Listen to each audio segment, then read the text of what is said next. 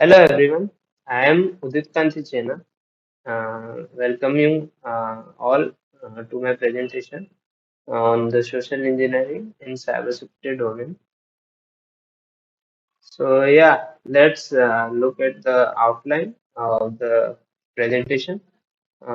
First is what is social engineering. Second, life cycle of the social engineering attack. Third, types of social engineering. Fourth is security methods. And the lastly are some facts. So yeah, the first one. What is social engineering?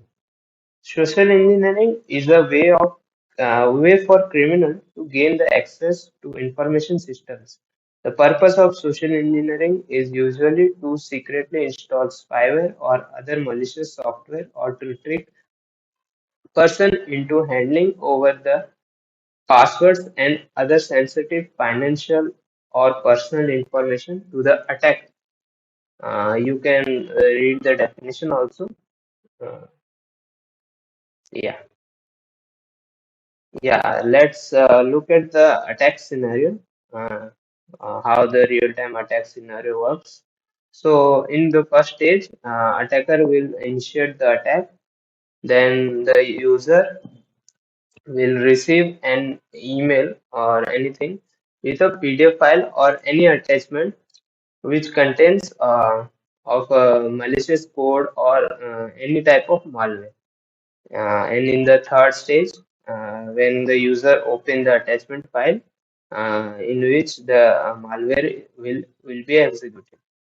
Then in the fourth stage, malware will steal the data or the user credentials and sends it to the remote user.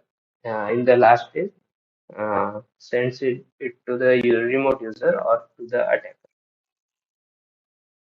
Yeah, the next is life cycle of social engineering attack, how it works.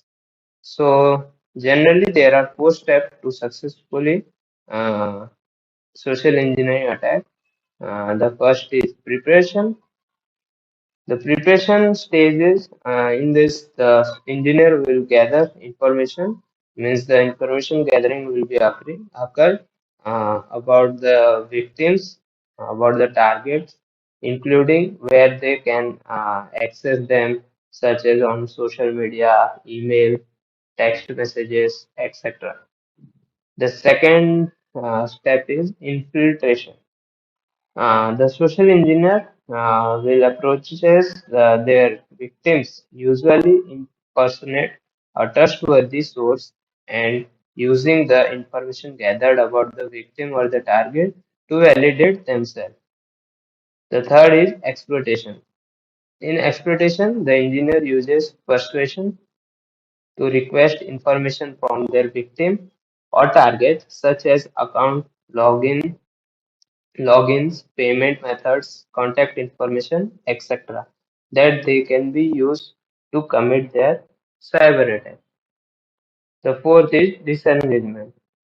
It's simple, like when the social engineer will stop communicating with their victim or the target and commits their attack and swiftly departs.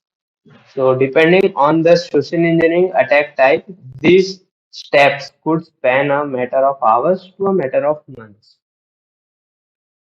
Yeah, so the next slide is types of social engineering attack.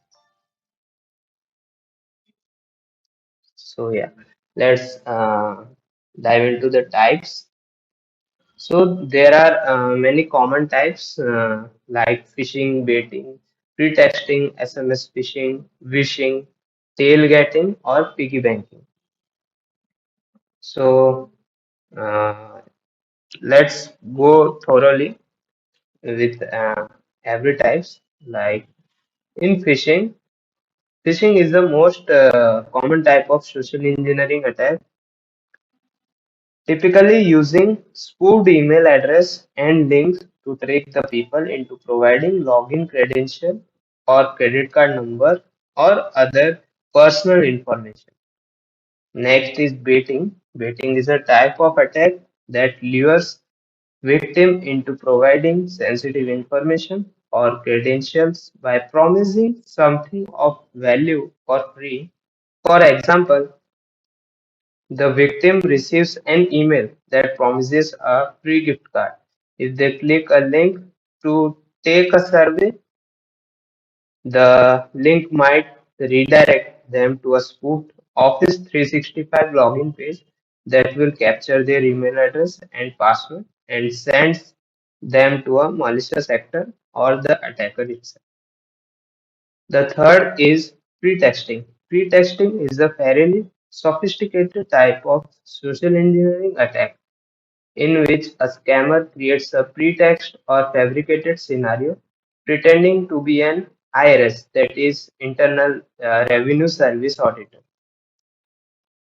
Fourth is SMS phishing. SMS phishing is becoming a much larger problem as more organizations embrace texting as a primary method of communication. In one method of SMS phishing, scammers send text messages that spoofs multi-factor authentication, request and redirect victims to malicious web page that collect their credential or install malware on their phone. Fifth is phishing. It is similar like phishing only, but here the attacker uses the voice messages instead of emails or text messages. The lastly, our tailgating or piggy banking. Piggy banking is an attack in which the someone will follow into the someone will follow the attacker into a secure or restricted area which is not properly authorized. So now let's look into the methods of attack, how the attack uh, uh, how the attack based on these methods. So there are four types of methods: fear, urgency, trust, and curiosity. Fear, in fear, creating a sense of urgency to make the target act quickly without thinking. And in urgency, creating a false sense of urgency to make the target act quickly without thinking. Trust, building the trust with the target to convince them to reveal the sensitive information uh, of the person. Uh, Curiosity, triggering the target's curiosity to make them open on any click of link or any type of email. Yeah, the last the security methods, how we can prevent from this type of attack uh, to ours. So your best defense against these types of attack is to educate yourself about their risk, red flags, and remedies. To that end, look to the following tips to stay alert and avoid becoming a victim of social engineering attack. So uh, let's look down to the 15 prevention methods. So the first is don't click links you don't request. Means don't click any kind of link that you are unfamiliar. Second is don't overshare personal information online, like websites and any surveys. The third is be cautious of the online only friendships. Fourth is remember the signs of social engineering. Fifth is acknowledge what's too good to be true. Six, use two-factor authentication. It's a security measure to be taken and link your mobile number or email with any type of accounts you have.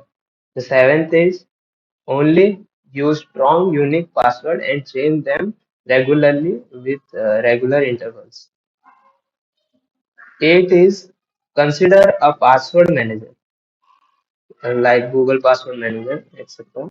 Ninth is set high spam filters in your mail or message app. 10th is don't allow strangers on your Wi-Fi network. And 11th is use a VPN in private area like railway stations, etc. 12th is monitor your account actively closely. Monitor your account activity closely. 13 is don't leave device unattended.